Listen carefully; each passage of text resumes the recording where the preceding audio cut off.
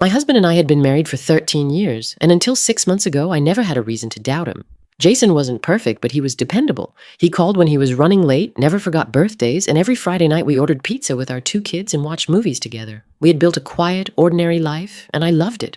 That's why I didn't think much of it when he started staying late at work. His company had landed a big project, and everyone was putting in extra hours. At least that's what he told me. Then one evening, while emptying his pockets before doing the laundry, I found a receipt from an upscale Italian restaurant. Dinner for two steaks, a bottle of red wine, dessert. The total was $186. I stared at the date. It was from the previous Tuesday, the same night Jason had texted me saying, "Don't wait up.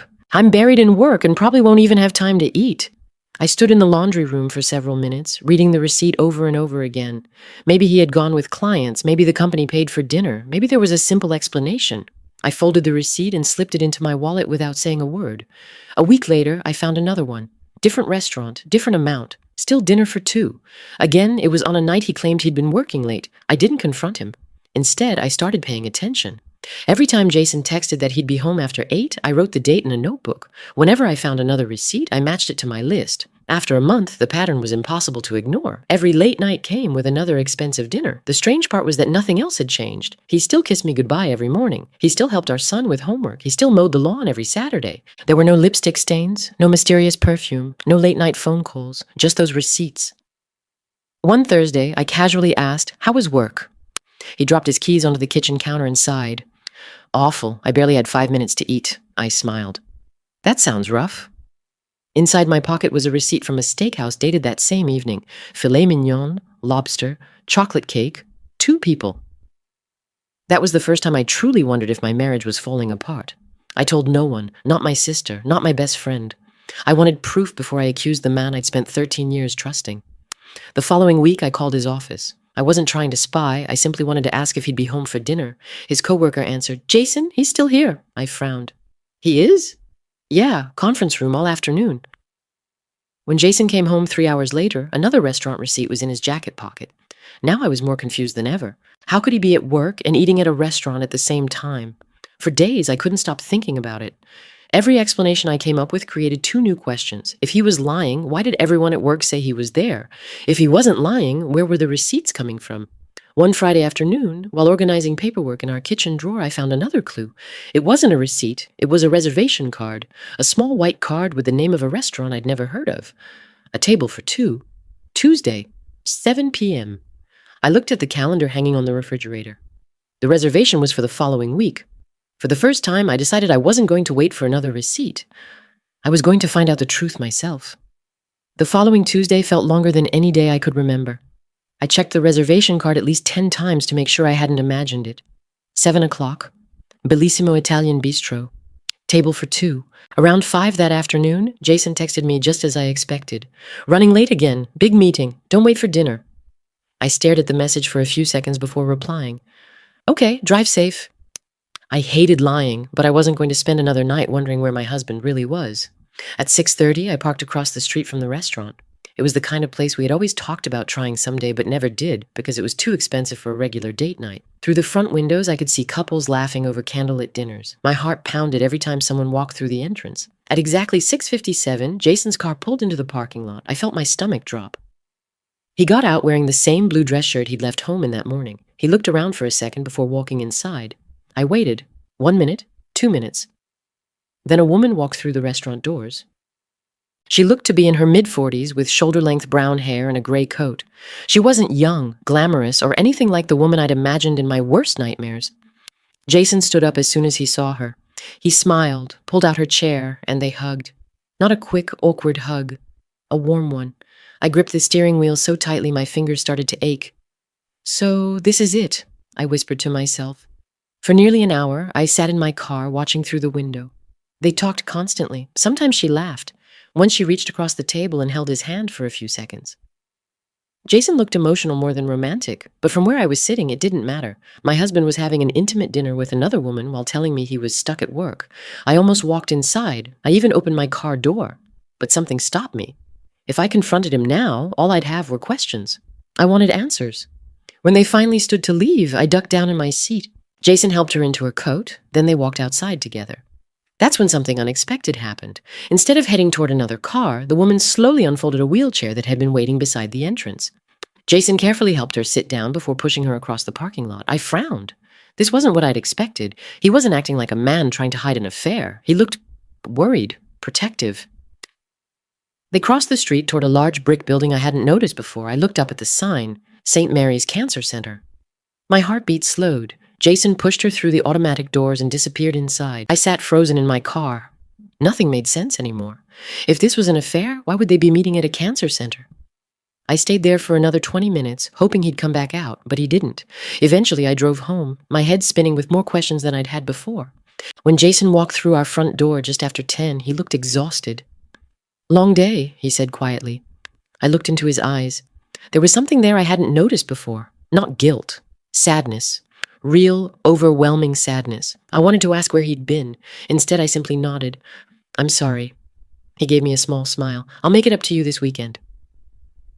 As he walked upstairs, I realized something that frightened me even more than the possibility of an affair. Whatever secret my husband was keeping, it was much bigger than I had imagined. I barely slept that night. Every time I closed my eyes, I saw Jason helping that woman into the wheelchair. If she had been his girlfriend, why would he have hidden something that looked so heartbreaking? But if she wasn't, why had he lied to me for months? The next morning, I watched him more carefully than I ever had before. He looked exhausted. His eyes were red, and he barely touched his breakfast. When our daughter asked if he was coming to her soccer game on Saturday, he smiled and promised he wouldn't miss it. It was the same Jason I'd always known, kind, patient, loving, which only made everything more confusing. As soon as he left for work, I opened my laptop. I searched for St. Mary's Cancer Center. The hospital's website listed different departments, patient services, and visitor information. Nothing stood out until I noticed a section about family support groups. It mentioned that immediate family members were often encouraged to attend treatments and counseling sessions. Immediate family. The word stayed with me all morning. Around lunchtime, I called my best friend, Lauren. She had known Jason almost as long as I had. "I need your opinion," I said. "You sound serious." "I think Jason's hiding something." There was a long pause. "Do you think he's cheating?" "I don't know anymore." I told her everything except that I'd followed him. The receipts, the late nights, the restaurant, the woman, the wheelchair. Lauren listened without interrupting. When I finished, she asked a question I hadn't expected. "Have you ever heard him mention a sister?" I frowned. "No." "What about a cousin? An aunt?" "No," she sighed. "Neither have I." After hanging up, I couldn't stop thinking about that question. Jason rarely talked about his family. I knew his father had died when he was in college, and I knew he wasn't particularly close to his mother, who lived about an hour away. Beyond that, he almost never mentioned his childhood. At the time, I'd assumed he simply valued privacy. Now I wasn't so sure. That evening, while Jason was mowing the lawn, I went upstairs to look for an old photo album. We had several boxes in the attic filled with family pictures we'd never unpacked after moving. Most contained photos from our wedding or vacations with the kids. Then I found a dusty blue album labeled simply 1998. I sat on the attic floor and opened it. The first few pages showed Jason as a teenager. Then there was a family Christmas picture, his parents, a younger Jason, and a girl. She looked about 16, brown hair, bright smile, standing beside him with her arm around his shoulder. I had never seen her before. I turned the page. More pictures, graduation, birthday parties, camping trips. The same girl appeared in every photo. Then suddenly, she disappeared. The remaining pages showed only Jason and his parents. I flipped back and studied the earlier photographs again. Who was she? Why had Jason never mentioned her? That evening, after the kids went to bed, I carried the album downstairs. Jason was reading on the couch. I sat beside him and opened the page with the Christmas picture. "Who's this?" The color drained from his face. He stared at the photograph for several seconds before quietly closing the album. "Where did you find that?" "In the attic." He didn't answer. I asked again, "Who is she?" He looked away. "My sister." I felt my heart skip. "You have a sister?" He nodded. "Why have you never told me?" His voice was barely above a whisper. "Because I haven't spoken about her in almost 20 years. I searched his face for answers. "What happened?" He stood up and walked toward the kitchen window. For a long time, he said nothing. Finally, without turning around, he spoke. "Because my mother told me she betrayed our family." I sat frozen on the couch. "And you believed her?" He slowly nodded. "I believed everything she ever told me." I slowly stood up and walked over to him. "You believed she betrayed your family?" He nodded without looking at me. "My mom said she stole money from my dad's business and disappeared after they confronted her." "And you never tried to find her?" His shoulders dropped. "I was 22. Dad died a few months later. Mom told me Melissa, my sister, didn't even come to the funeral. He laughed bitterly. I hated her for years. I stared at him. The woman at the restaurant, he closed his eyes, is Melissa. Everything suddenly clicked into place. The cancer center, he nodded. Stage 3 ovarian cancer. I felt a lump in my throat. How long have you known? About 7 months. And you've been seeing her ever since? Every Tuesday. I took a deep breath. Jason, he interrupted me before I could finish. I know what this looks like. No. He shook his head. You don't. He sat down at the kitchen table, buried his face in his hands, and stayed silent for almost a minute. Finally, he looked up. About 8 months ago, I got a message on Facebook. He reached for his phone and unlocked it. It was from someone I didn't recognize. He handed me the screen. The first message simply read, Hi, Jason. My name is Claire. I work at St. Mary's Cancer Center. One of our patients asked me to contact you. Her name is Melissa Carter. He swallowed hard. I almost deleted it. But you didn't. I asked who Melissa Carter was. His eyes filled with tears. The nurse replied with one sentence. She says she's your sister. I couldn't imagine what that must have felt like. What did you do? I drove to the hospital the next day. He looked out the window. I thought it had to be some kind of mistake. And? The moment I walked into her room, his voice cracked. I recognized her. Silence filled the kitchen. We hadn't seen each other in almost 19 years. What happened? Jason wiped his eyes. She apologized. For what? For leaving. He shook his head. Then she told me she never stole anything. I felt my heartbeat getting faster. What really happened? He laughed once, a tired, broken laugh. My mother lied. I didn't say anything. He continued. My dad had borrowed money from Melissa. I frowned. Borrowed? She'd inherited money from our grandparents. He nodded slowly. Dad's business was failing. So she helped him. Every penny she had. He looked at the floor. After Dad died, he paused. My mom blamed Melissa for everything. I whispered, even though she tried to help. Jason nodded. Mom kept saying Melissa had abandoned us. What actually happened? Mom threw her out. I couldn't believe what I was hearing. Jason opened another message on his phone. This is what Melissa sent me. It was a photograph, an old letter. The handwriting was shaky. At the bottom was Linda's signature. Jason handed me the phone. I began reading. Don't ever contact this family again. Your father died believing you destroyed his life. Jason doesn't want to see you, and neither do I. If you come back, I'll tell him you're only here for money. I looked up slowly. When did she write this? 2 weeks after Dad's funeral. And Melissa kept it. For 19 years. I sat back in my chair. Everything I thought I knew about Jason's family was falling apart. I confronted Mom. When? The day after I met Melissa. What did she say? He stared at the table. She said she was protecting me. The exact same words. Protecting me, protecting my son, protecting our family. It seemed to be Linda's answer for everything she'd ever done. So why didn't you tell me? I asked quietly. Jason looked completely defeated. Because Melissa begged me not to. Why? She didn't want anyone to know she was sick. He rubbed his forehead. She wasn't ready. I understood. I truly did. But that didn't erase 6 months of lies. You could have told me there was someone you needed to help.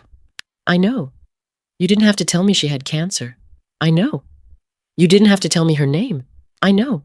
He looked straight into my eyes. I should have trusted you. Neither of us spoke. After a long silence, he quietly added, I was so afraid of breaking my promise to my sister. His voice cracked again. That I ended up breaking my promise to my wife. Those words stayed with me because for the first time in months, they felt completely honest. Neither of us slept much that night. Jason stayed downstairs on the couch.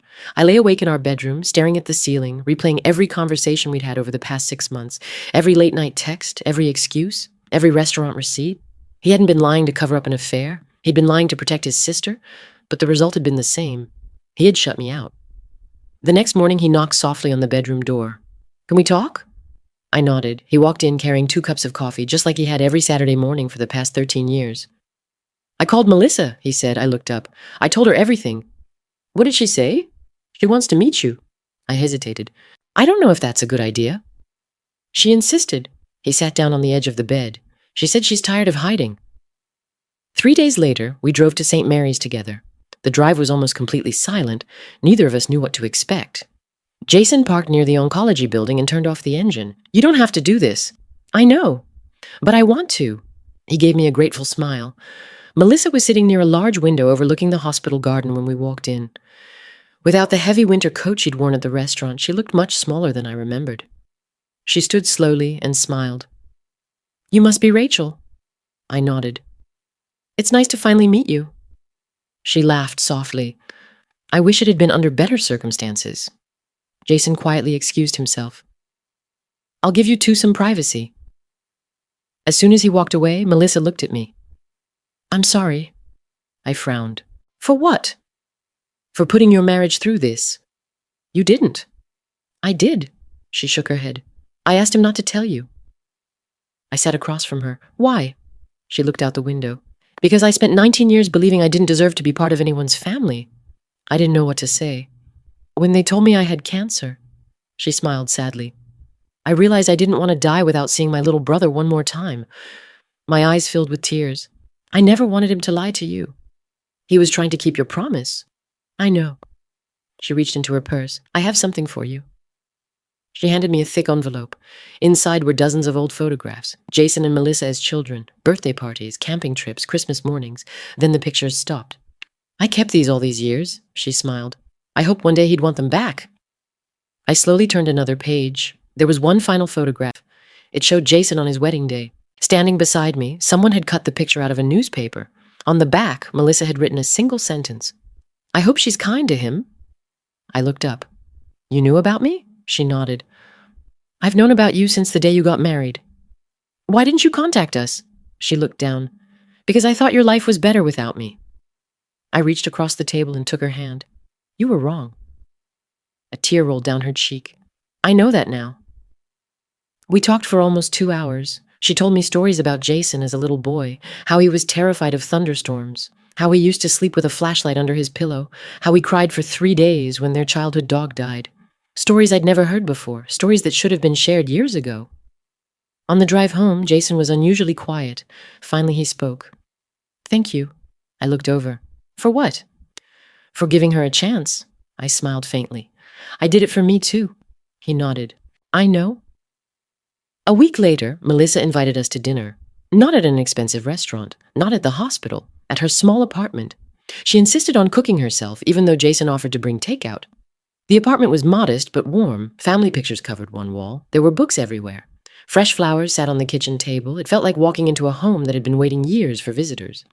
Halfway through dinner, Melissa suddenly laughed. "What?" She looked at Jason. "Do you remember the treehouse?" He smiled for the first time in weeks. "The one Dad built?" She nodded. "You fell through the roof." Jason laughed. "I was 8. "You blamed me." "You dared me to jump. I dared you to climb." The two of them kept talking. Watching them together felt strangely beautiful. It also made me realize how much time had been stolen from both of them. 19 years, 19 birthdays, 19 Christmases, 19 years that no one could ever get back. As we were leaving, Melissa hugged me tightly. "Take care of him." I smiled. "Only if he starts taking better care of me, too." She looked at Jason. "I think that's fair." He nodded without hesitation. "It is." For the first time in months, the three of us laughed together, and although I knew rebuilding trust would take much longer than one dinner, for the first time since finding that very first restaurant receipt, I felt like we were finally walking toward the truth instead of away from it. Over the next few months, life slowly settled into a new rhythm.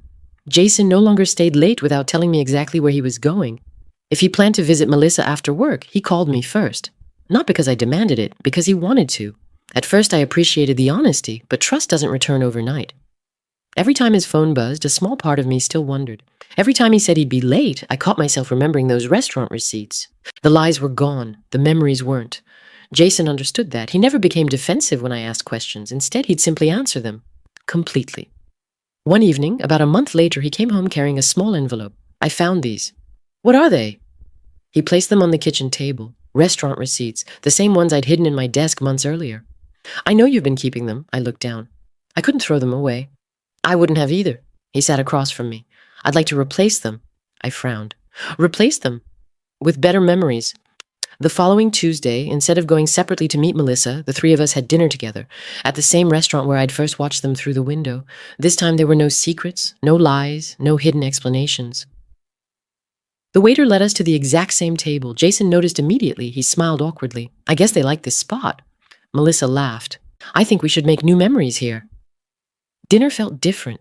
We talked about childhood stories, about our kids, about books, about movies.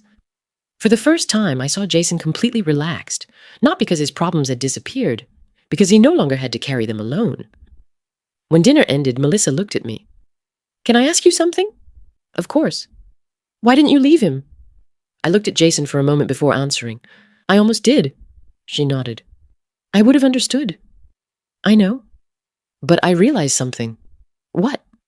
"I wasn't fighting another woman." Both of them looked at me. I was fighting silence. Jason reached across the table and quietly took my hand. This time, I didn't pull away. A few weeks later, our daughter had her championship soccer game.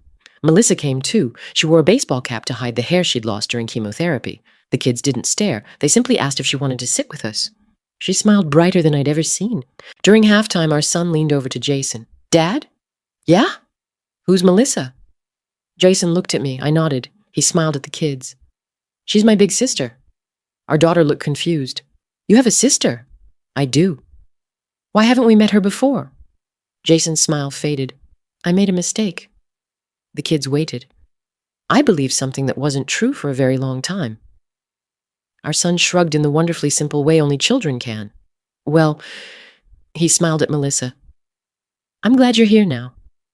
Melissa quietly wiped away a tear. "So am I." Life wasn't perfect. There were doctor's appointments. There were difficult days when Melissa was too tired to leave bed. There were nights when Jason cried after everyone else had gone to sleep because he regretted losing nearly 20 years with his sister. Sometimes I cried with him. Sometimes we simply sat together in silence. One rainy Saturday afternoon, we decided to clean out the attic. While sorting through old boxes, Jason found another photo album. He opened it slowly. Inside were dozens of pictures of him and Melissa as children. Tucked into the last page was a folded letter. The handwriting belonged to his father. Jason carefully unfolded it. Neither of us spoke while he read. After a few moments, tears rolled down his face. "What is it?" He handed me the letter. "If you're reading this someday, it means I wasn't around long enough to fix what happened between this family. Melissa, none of this was your fault. Jason, if you ever find your sister again, don't waste another day being angry. Life is shorter than we think." I looked up. Jason was staring out the attic window. My dad knew. I nodded quietly. He knew the truth. Jason laughed through his tears. "And I spent 19 years believing the wrong person." He folded the letter carefully and placed it back inside the album. "I'm never putting this away again." A few months later, Melissa rang the bell at our house carrying a small apple pie. "I have news." Jason immediately stood up. "What happened?" She smiled. "My scans came back." All three of us held our breath. "The tumors have shrunk." For a second, nobody moved. Then Jason hugged her so tightly that she laughed. "Careful." "I'm sorry." "No." She smiled. "Don't be." I looked at them together, brother and sister, finally acting like family again. And I realized something. If I had confronted Jason the night I found the very first receipt, if I had packed my bags, if I had assumed I already knew the whole story, none of this would have happened. Melissa might have spent her final months believing her brother still hated her. Our children would have grown up never knowing their aunt, and Jason would have lost someone he had only just found again. That doesn't mean the lies were acceptable. They weren't. But sometimes, the truth is far more complicated than the story we create in our heads. I still keep one of those old restaurant receipts, not because it reminds me of betrayal, but because it reminds me of the lesson that changed my marriage forever. A receipt only tells you where someone spent their money. It doesn't tell you why they were there. And sometimes, the truth behind a simple piece of paper can change an entire family's future.